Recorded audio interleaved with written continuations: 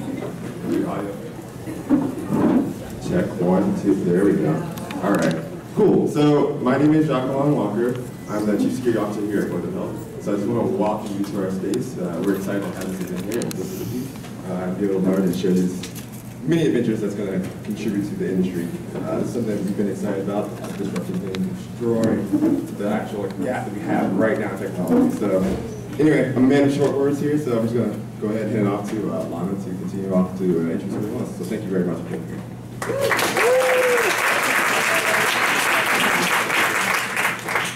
Hello, good morning. How's everyone doing? Thank you for showing up early on a Saturday morning. We are so blessed to have you all here. So many beautiful minds. It's going to be a really exciting day. I wanted to just share a little bit about the Day of Security, just really quickly how we all ended up in this room together. We did do a Day of Security last year. There were 25 people there. This all really came about with an idea that we were seeking, partners for. Matt Torvin of the Lookout family decided, hey, we want to really pursue this idea. We want to make it happen. OWASP brought in the training, and Brainbabe really just wanted to help organize and make this dream a reality. So we all partnered together. And then lo and behold, we're talking to Collective Health, and they're like, this is so cool, we want to be part of this too. So just by us all talking about what we're passionate about, talking about what we care about in our communities, this event happened. So that's the opportunity we have today to learn, to grow, to talk to each other, and make this special beyond just learning about security. Wanted to start off with the keynote speakers today. So we have 3 wonderful women who are going to be sharing their stories to begin our day. So first is Vijaya. Vijaya is the Chief Development Officer for Lookout. A Lookout is a security software company. She has 20 years of product development in security. So FireEye, Cisco. So great person who's been in the industry, all of the ups and downs. Astha, she runs application security team for Netflix. So she's also super involved with the community as well. Major organizer for B-Side San Francisco, which is my favorite event, other than this one, and many other groups. So that's great. And then Deidre Diamond, who is the CEO of CyberSN, also the founder of Brainbabe. She has had a lot of experience in the staffing world as well as the security software world, and she brought that together with CyberSN. Brainbabe became an opportunity for her to fill the gap, as Jacqueline was saying. We just don't have enough diversity. We don't have enough people training new minds, training new people into our community. So that's where Brainbabe came about, and that's where this whole community has come from. So with that said, you guys are going to kick off the keynote. Good morning. Good morning. First of all, how great is it to see a bathroom, women's bathroom, crowded? So I've been waiting for one of those days to happen, and it's great to see all of you young ladies here this Saturday morning. Listen, I truly feel very, very fortunate because I'm excited to get up from bed every single day and go to work and do something really, really important to protect and secure us all. At the same time, have a lot of fun doing it. I'm assuming a lot of people are already in tech? Yes? Yes. All right. So tech industry is awesome, exciting, but cybersecurity within technology is really unlike anything else within technology field. Because there is something, really inherently gratifying about solving these challenging security problems that are so fundamental to our existence. So let me explain to you what I mean by that and why you should consider being part of cybersecurity, not just be in technology field, but really get into cybersecurity. So when you think about cybersecurity attacks, what typically comes to your mind? What are you thinking about? Here's that? So, breaches that you hear about every single day, right? A major breach happened at this corporation or that company, and thousands and millions of customer identities have been exposed, and that's not good news, right? Or maybe you have a friend that was a victim of a phishing attack and was tricked into giving all of her bank account information, right? Or we have even more sophisticated things where you have a hospital or a law firm or something like that that was held under hostage with a sophisticated ransomware attack. So these types of attacks are obviously very bad. But when you compare them with what's coming to us in the future, those are least of our problems. So let me explain and give some examples of what I mean by that. Let's take drone technology as an example. We're not far from a day where drones are going to be capable of delivering our everyday packages and become part of our everyday lives, right? But drones are also capable of delivering chemical warfare and explosives when used in the wrong hands. Let's take critical infrastructure, manufacturing plant, industrial control systems, nuclear power plants, railroads. All of these, the magnitude of damage that you can cause by attacking some of these things is so great that we can't even fathom what happens when some of those are under attack. What about our homes? We ourselves are willingly allowing devices like Alexa and Google Home into our homes. They're listening on our every conversation. We have many other devices like smoke alarms, smart TVs, smart refrigerators, you name it. There are so many easy targets for hackers in our homes. So if somebody is trying to spy on someone, all they need to do is go to our homes. And the security is typically very weak in our homes compared to corporate environments. So that's kind of where we have a lot of problems. Let's actually take our mobile phones, another great example. We do everything from shopping to banking to documenting our lives, right? Using photographs and videos, using our mobile devices.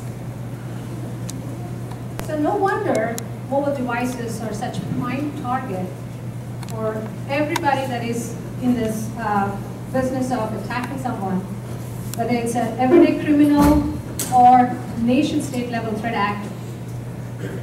So in fact, Lookout, the company that I represent, recently published an article, a full report actually, that explained in detail how some nation-state level threat actors assessed critical, classified, and highly sensitive delivery secrets of all of their neighboring countries. And they did that by hacking the mobile phones of military officials in these countries. It was that easy, right? So as you can see, on one hand, we have all of these technological advances that are happening at a rapid pace, right? Mobile, satellite, IoT, social media, all of these types of things.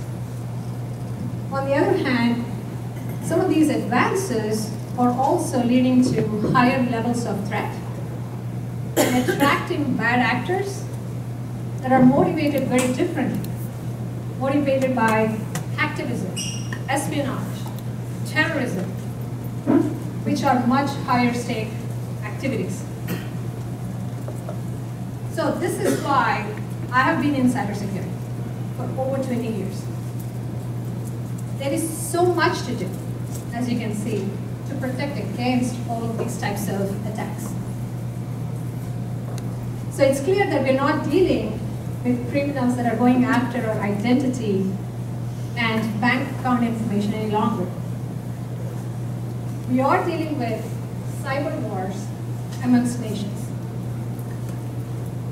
So we need more people coming in and helping us come up with protection against these types of attacks. When I first joined cybersecurity industry over 20 years ago, I didn't have any cybersecurity experience. I was in tech industry, much like all of you guys, and gotten into cybersecurity quite by accident, actually. But once I got into it, I realized how this is the best field for me. Because as I was saying before, there is so much to do there. And as a person, I'm someone that gets bored very easily if there's not fun and excitement in everyday things that I do. As dynamic as cybersecurity is, it keeps you on your toes, right? Every single day there's something new to learn. Even after all these years, I continue to learn something new every single day. And ultimately the happiness and satisfaction that you get, knowing that you've done your part, there's something that you've done today to fight the cyber war that I talk about. That's priceless. So it's estimated, as you guys know, you must have heard this testing, that only 11% of worldwide security professionals are women. Just think about that for a second. 11% of worldwide professionals. So no wonder we have talent shortage. We have been ignoring half of our population, half of our talent pool when it comes to tech industry and cybersecurity industry in particular. We have to change that. Right? Today, this is why we are here. So, taking a step back, if you are someone, like I mentioned, what excites me, think about, look into your hearts. What excites you? If you are someone that gets excited by learning new things,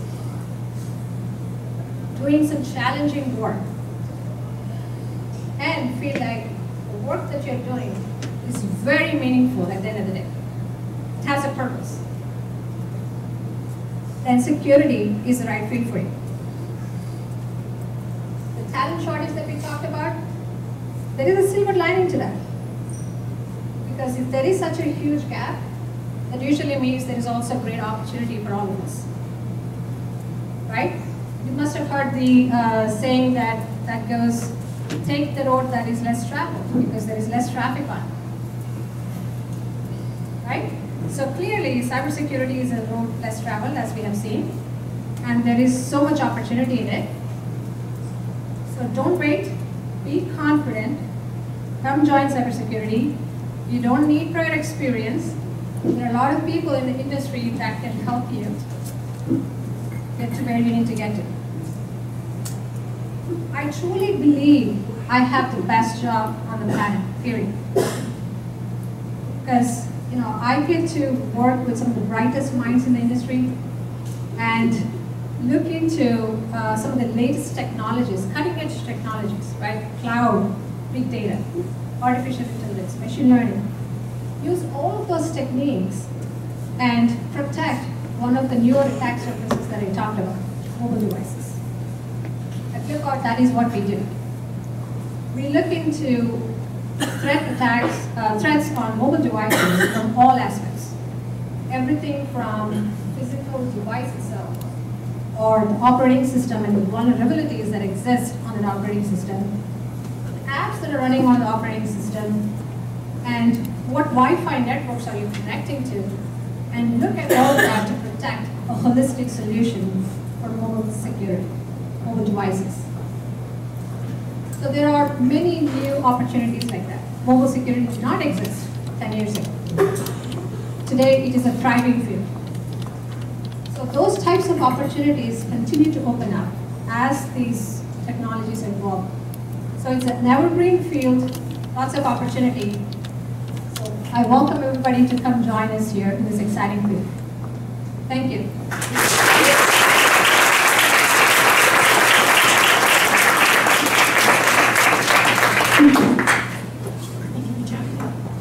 Hi everyone, my name is Astha Singhal, and as Lana said, I lead application security and networks.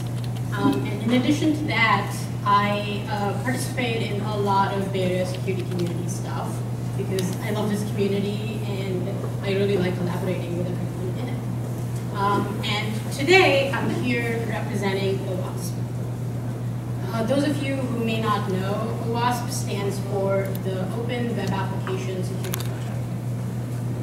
OWASP is an organization that is a global nonprofit that tries to focus on improving software security. And the way we try to do that is by providing practical guidance and practical hands-on tools for security engineers as well as developers to be able to make informed security decisions. And by creating venues where the security community can come together, share their ideas, share their research, and collaborate. So you may have heard of the OWASP Top 10, which is the list of the top 10 web vulnerabilities that people publish over years, along with the guidance on how you would fix them, how you would find them, things like that. You may have heard of the Z-Attack proxy, which is a web proxy that you would use to actually do web application pen testing, or conferences like AppSec USA, which is actually going to happen in San Jose in October this year. So I hope to see a lot of you again there. And we also do a lot of local security meetups every month. I think Tad and Brendan from OWASP are here. They're the champions of actually making that happen. So those are actually great places for you to go learn about things that are happening in the community, and actually, you can attend the Hacker Thursday workshops to try to pick up new skill set in web application security.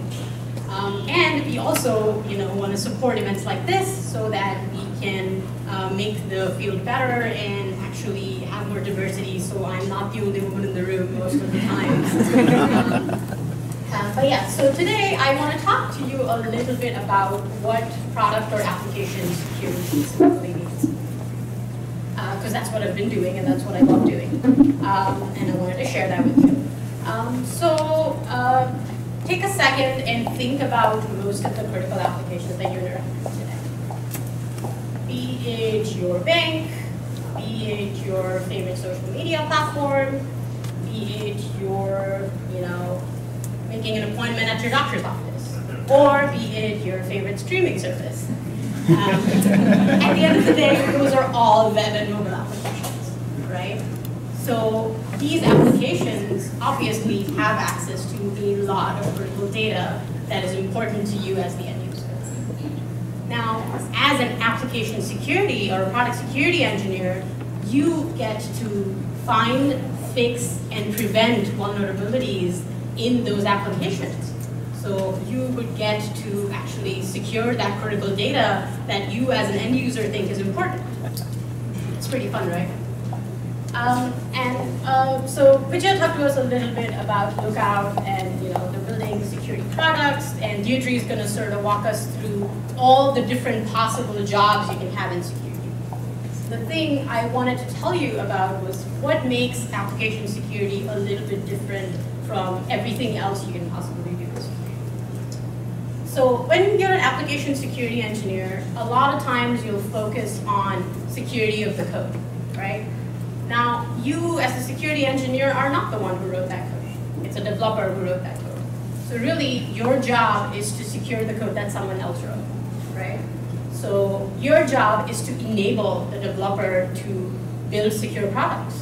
Your job is to collaborate with them to help them think like the bad guy. Your job is to train your developers so that they can understand the possible attack vectors for the applications that they're writing. You get to collaborate with really smart engineers on, sort of providing them the security knowledge that you have while, learning from them of the engineering knowledge that they bring to the table. I want to share a little bit about how I got here. I was definitely not the, born hacker, hacking in the basement somewhere since I was 15 kind of person at all. The first time I even realized that you can study information security as a discipline was while I was getting my undergraduate degree in computer science. we had this elective at my school called Introduction to Security Protocols. And really all that class was about was Alice wants to talk to Bob, and Mallory wants to eavesdrop on their conversation. How do they do it securely? I wanted to be Mallory. I was hooked. And that's where I was like, oh, I like building things, but breaking things seems like a lot of fun too. That was my start in security. I continued my research in security protocols and sort of learned the defender's perspective of not just being the Mallory, but being the person who would build the secure protocols so that Alice and Bob can communicate securely. I went on to get my master's in information security, where I learned about a lot of different things in security, but web security sort of fascinated me, and I really liked the impact of being able to secure all of these applications that we interact with day to day, and now I'm here. And the thing that continues to challenge me to be in application security or product security is that collaboration, is that enablement. It's actually getting to work with people on helping them build secure products. It's the ever-changing technological landscape of how we are building new applications. There's always new technology stacks, so obviously there's always new ways to attack them, so there's always new ways you have to come up with to protect them. And there's also, you definitely get to do the cool thing of, hacking the application and finding the vulnerabilities, but you also get to work on the remediation as a product security. You get to convince another person of why something you found as a vulnerability is important, why they should fix it when they have 10 other important things on their plate, right? And you get to create a lot of business impact for your business by making the bad guys' job harder. And you get to understand a lot about prioritization and being cross-functional, being able to work with other people, and it is really rewarding to see when the first time a developer comes to you without you prompting at all, and they're like, this seems like something should go wrong here, can you please help me threat model this? So when you can sort of motivate another person to think about security, when you can sort of provide them the knowledge to be able to think about a problem from a bad guy's perspective, that's been really rewarding for me. And that continues to inspire me and challenge me to be here. Now, we're going to talk about that more today, and Vijaya talked about this a little bit. We have a huge shortage in the security industry in general, right? Our diversity numbers are way worse than women in technology in general, which is already a really sad number. That also makes it a great career option, because everybody you will talk to today is probably hired. So what I'm hoping for today is for us to be able to provide you the right skill set and the right tools to get you started in the field of security, so that you can explore it, you can understand what it actually means to be hands-on a security engineer, and then you can get a feel for what that means and decide if this is the field for you, and you would hopefully decide to come join us. Thank you so much. Hope you have a fun day.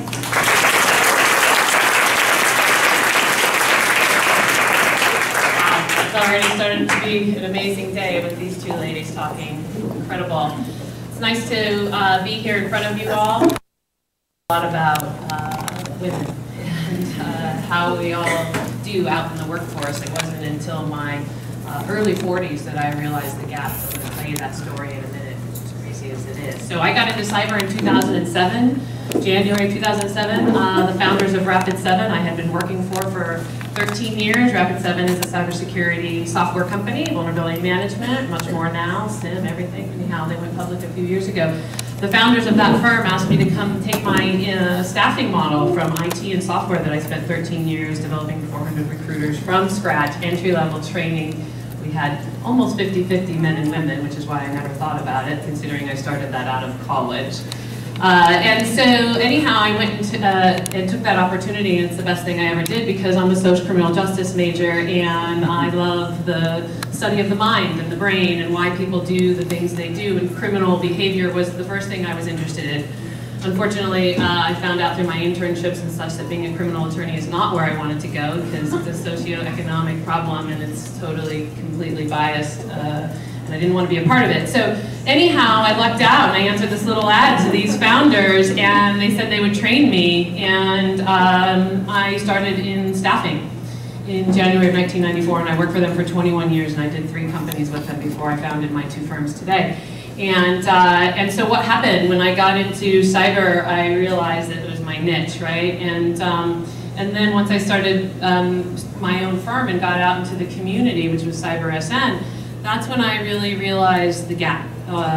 There was an article in my first year in business from RSA. My team and I were 13 people at that time. We went to RSA right when they started talking about booth babes and the clothing of booth babes. And I was reading the article with my team and I thought, oh my gosh, yeah, the dress is a problem, but the real problem is we're not training these women. We're not giving them an opportunity for their brains to be what they make money from. And it really bothered me, and so we wore this shirt that I have on today to RSA that year, 13 of us, and next thing I knew I was keynoting, and next thing I knew I was rare, and then I went, oh no, oh my gosh, I'm bringing all these women into this business and they're leaving more than they're coming in, which is unfortunately still the true statistic that we're all going to change because this is where the money and the power is at. And so anyhow, a year later, went to RSA again, and we were, it was more of a thought leadership platform. Want to participate, get out there, talk, and then went to RSA again and saw the booth babes still dressed just in spandex and company T-shirts, not knowing anything about the industry whatsoever, not for their fault. It's not them at all. They're the victims of our society. And so I thought, oh my gosh, these are great jobs for students, STEAM students, all students. I got in through sales. There's so many jobs here. I'm going to show you in a minute. Some of them are very technical, some of them aren't technical at all, and some of them are everything in between. There's 35 job categories, 150 titles in cyber. Cyber is not a technology. It's a business. It's the business of protection. And then we need SMEs in many, many areas. It's that complicated. So I went to RSA. Our chief security officer said to me, oh, you just pointed out booth babes. I was, shit, the minute I walked in the door. And STEAM Conference Connection was born that day, which when I said we should have STEAM students, anybody. I use students because people like the marketing of it, but I don't care who you are. If you're interested in this industry, STEAM Conference Connection will allow you to work conferences. We staffed RSA this last year, 2018 for the first time. We're going Black Hat, DEF CON, all kinds of places. So that's what inspires me. What inspires me is I am a 1%. I'm a founder, I'm a CEO, and I've made wealth in tech. So I'm a 1%. That really bothers me because it's given me freedom that men have all the time. And I love men. I work for men. This has nothing to do with that. This is all about equality. So I'm here because it drives me crazy that I, for some reason, had gotten what most women don't. Not to mention that I worked in environments that didn't have discrimination, didn't have sexual harassment, passed men in my promotions all the time. It was very transparent, no ugliness, love, and high production. That can happen. We went public. All the firms we built are massive, multi-million-dollar firms. So you can do both. And I'm here today to say there's many positions. Maybe we'll have that up here on the screen. If not, my 9:30 talk will have some of it. But there's 35 job categories. That doesn't exist in IT and software. This is why I say this is not the business of tech. And within those job categories are many, many titles. So I encourage you all to take the time to think about these different job titles and what are they? What would you be doing day in and day out? Because passion is contagious, and today's culture of business has become 50% of why people will hire you is going to be based on what they call a cultural fit. I talk to many CEOs on a regular basis, identifying staffing issues, helping with staffing issues, and it went from 20% to 50% in these last 5 years. So IQ used to be 80% of what we hired for, and EQ was 20%. Now it's 50-50, no joke. Why? We're in the service industry, all of us, right? We work with humans. We might use technology in our fingertips. What are we doing? We're communicating. It's a communication game. Which is gone are the days that you're in tech and I'm in sales. Or I'm in sales and you're in tech. We're in business. We all have our focus. And yet we all must be great communicators. So at 9:30 I'm really getting into EQ. It's something I'm passionate about. I talk about it a lot in the cyberspace. I do a lot of teachings on it because as the owner and operator of the largest cybersecurity staffing firm, one of the most depressing things that I encounter at the moment I started the firm was the level of attrition. And it is in tech, and it's the same in cyber. It's arguably worse in cyber because cyber yet the leadership hasn't found its foundation. The chief security officers are still struggling to be in the room for the board. Silly and true. So, so we've got some work to do, and yet very powerful work, right? Very, very powerful work.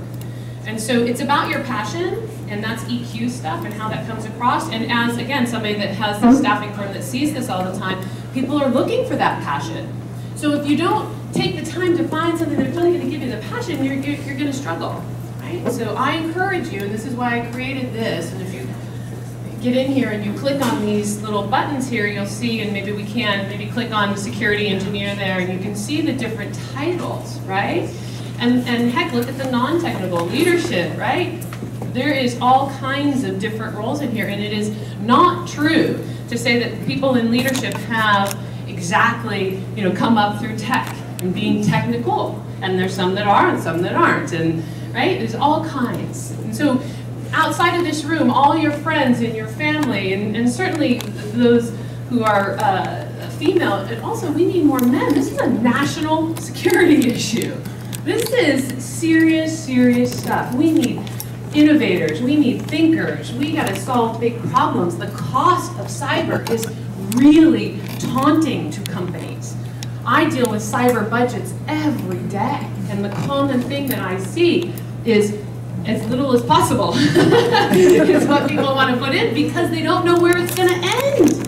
Haven't figured that out yet. So slowly getting there. Doesn't mean there isn't tons of opportunity. It means that we have a new industry, a very new problem to society in terms of protecting ourselves. Very, very new. And we need all of you and others outside of this room to come help us. So I'd really like you to tell your friends, tell your families. They don't have to be math-minded people, and if they are, wonderful, and if they're not, that's okay too. There's lots of roles, lots and lots of roles. So this graph here, it grows all the time too. Like insurance, I wonder if insurance is on this list or not yet, but things like that, or just what's happening with the threat modeling of fraud and all the different roles that are coming in there, and compliance and regulations, right? There's all new jobs in that. So investigate. Today is about, and man, how awesome is it for the people that put this together? This took a lot of work with people that are very senior, who have full-time jobs with massive pressure. And so to look out, and OWASP, and absolutely my team, Brainbabe and CyberSN, and Collective Health, thank you. All the work you all did, I know, I saw it on the Slack. I'm the lucky one that just gets to show up like probably these two ladies, and lucky only, whatever, it's a strange word. So, thank you, because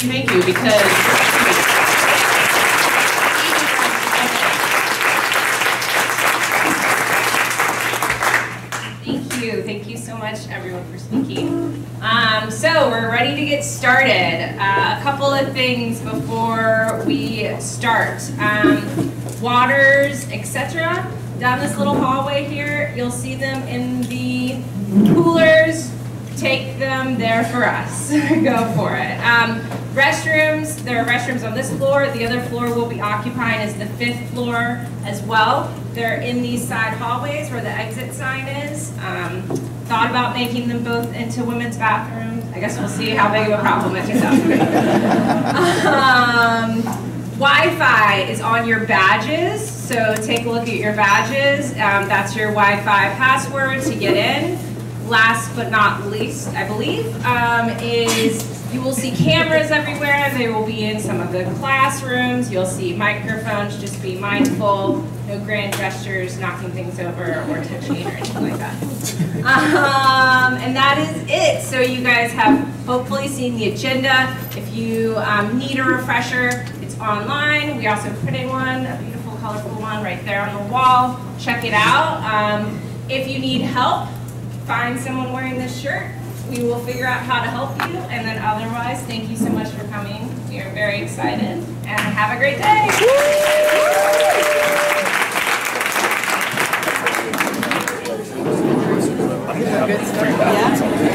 Yeah.